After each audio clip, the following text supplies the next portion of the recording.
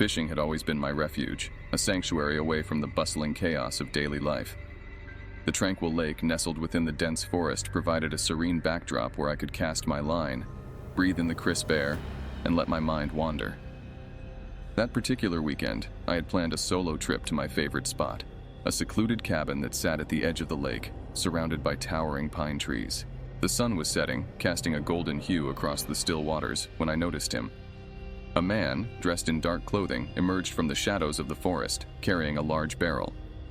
At first, I thought he might be another fisherman, or perhaps someone from a nearby cabin. But as I watched, a sense of unease crept over me. The man approached the water's edge and began pouring the barrel's contents into the lake. The liquid was thick and dark, and under the fading light, it looked disturbingly like blood. My heart pounded as I tried to make sense of what I was seeing. I instinctively ducked behind a large boulder, hoping he hadn't noticed me. But when I peeked out again, his gaze seemed to sweep the shoreline, searching. Panic surged through me.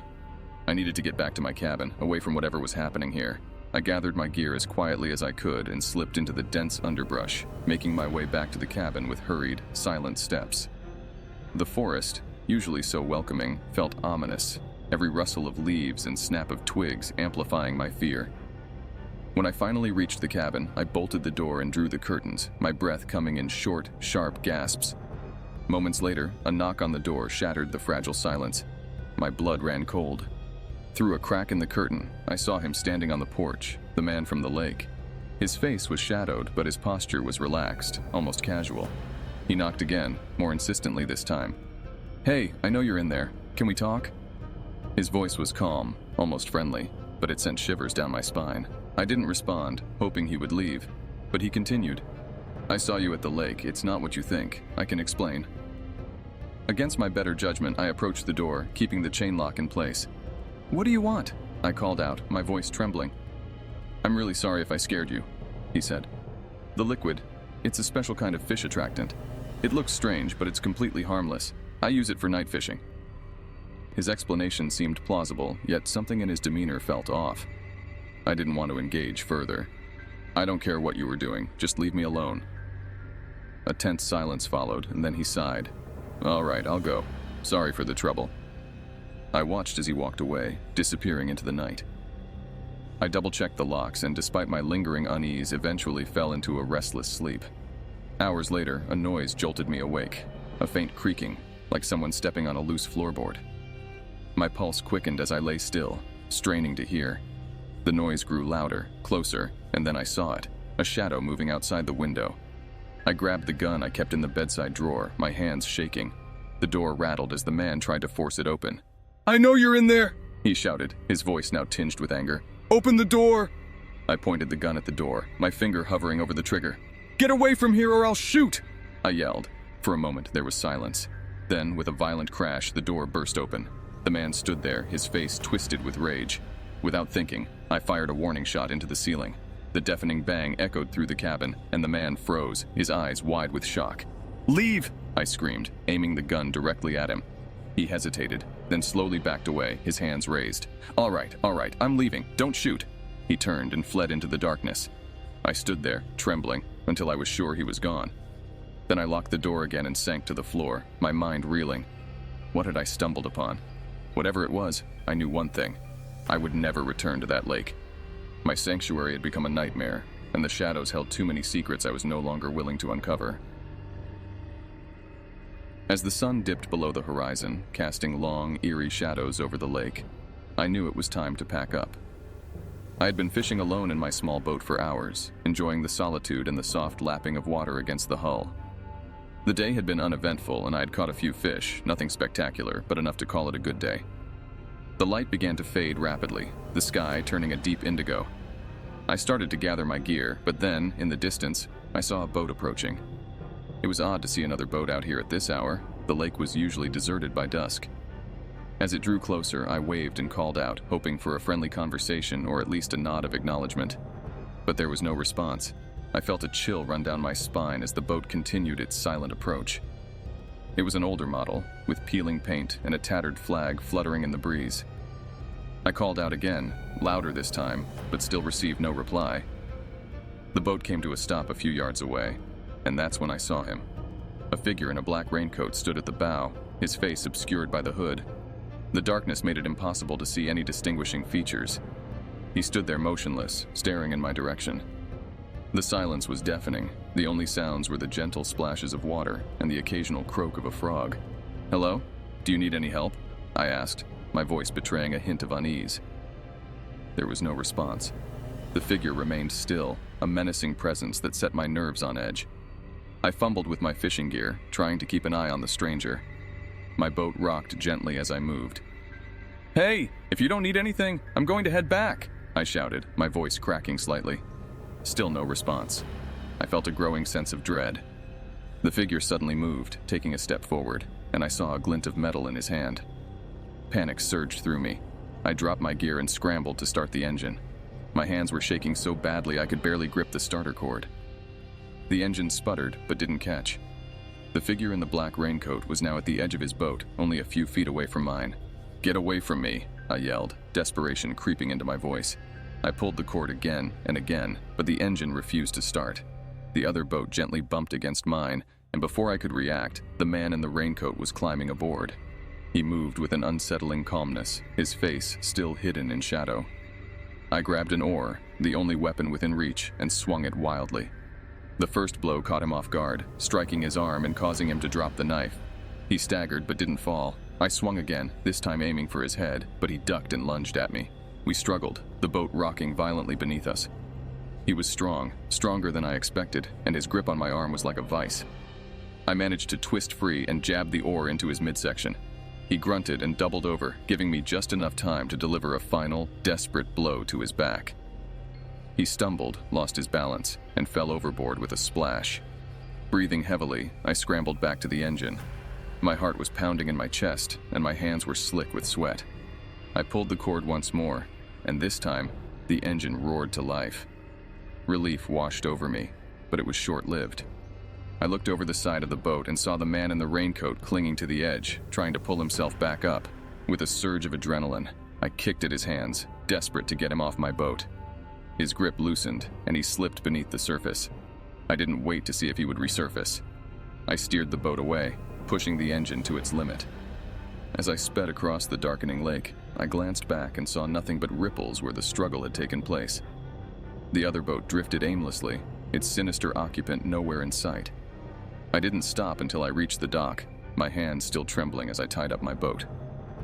I never saw the man in the raincoat again, and I never returned to that lake. The memory of that night haunts me still, a reminder of the lurking dangers that can turn a peaceful evening into a fight for survival. The weekend began with the kind of camaraderie that only old friends could share. Derek, Adam, Hillary, and I had been planning this fishing trip for months. The air was thick with the scent of pine and the lake shimmered under the midday sun. It was perfect.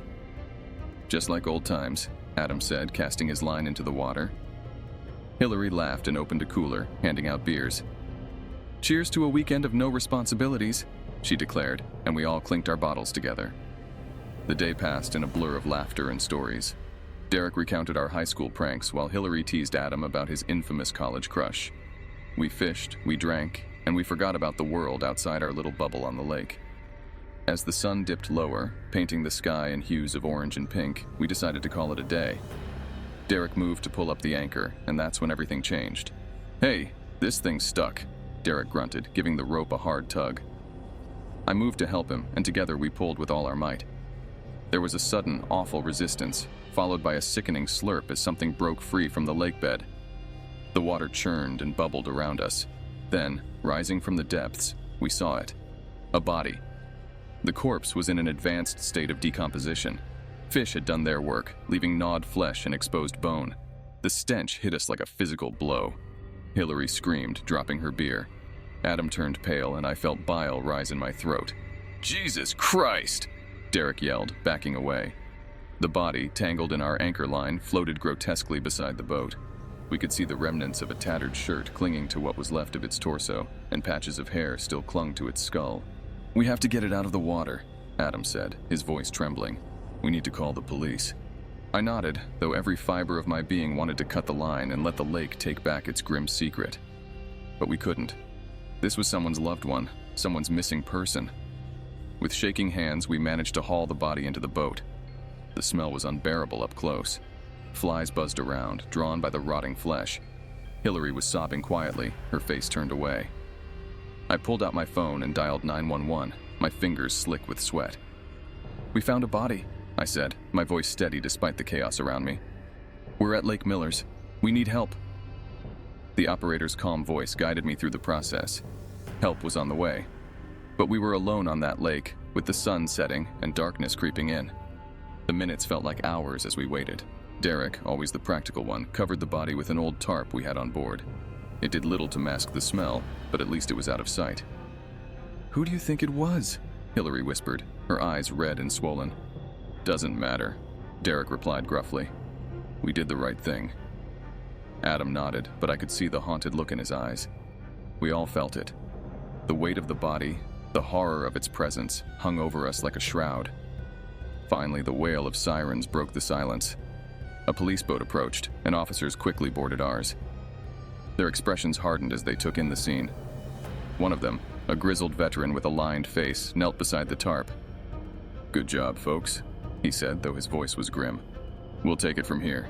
We gave our statements, recounted how we had found the body, answered their questions. The process was grueling, dragging the horror out into the open air. When it was over, we were left in a numb silence. The police took the body away, promising to keep us informed. We watched them go, the lake eerily quiet in their wake. "We should head back," Adam said finally, breaking the silence. We all nodded in agreement, too exhausted to argue. The ride back to the dock was silent, each of us lost in our thoughts. The sun had fully set by the time we arrived, the darkness closing in around us.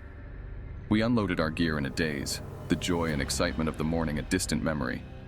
No one spoke as we got into our cars, ready to leave this nightmare behind. As I drove home, the events of the day played over and over in my mind. The image of that decomposing body, the smell, the feel of it in my hands, it was all burned into my memory. That night, I lay in bed, unable to sleep. Every time I closed my eyes, I saw the body rising from the water, its empty eyes staring at me. The horror of it all, the sheer unexpected terror, would haunt me for the rest of my days. Our weekend of fun had turned into a nightmare, a macabre reminder that beneath the surface of even the calmest waters, darkness lurked, waiting to rise. I'll never forget the day Bruce and I decided to take our kayaks to the beach for a fishing trip. It was a bright Saturday morning, the kind that promises adventure and relaxation in equal measure. We'd fished together countless times, but never in kayaks, and never at this secluded stretch of beach we'd heard about from fellow anglers.